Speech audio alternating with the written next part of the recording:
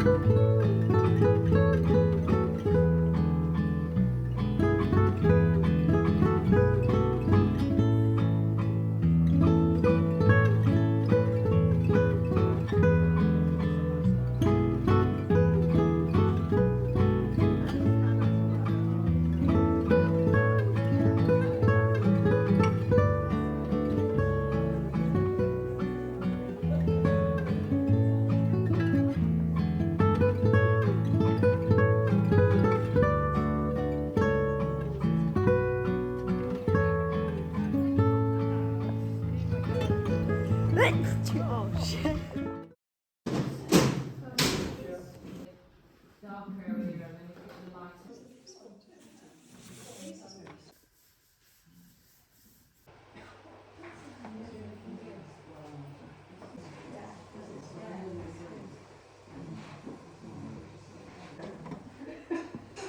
She's little thumbs. So cute. God.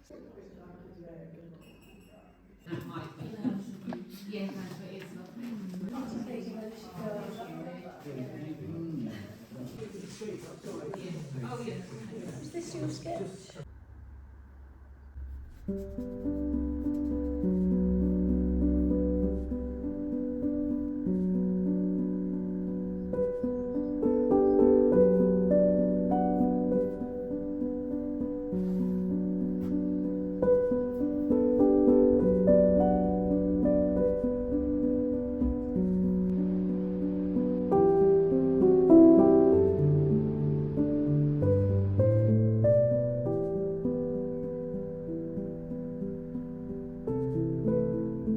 So I've done the first layer on the background and the sofa. It's looking a little rough and basic at the minute, but I'm gonna have to wait for this sofa section to dry.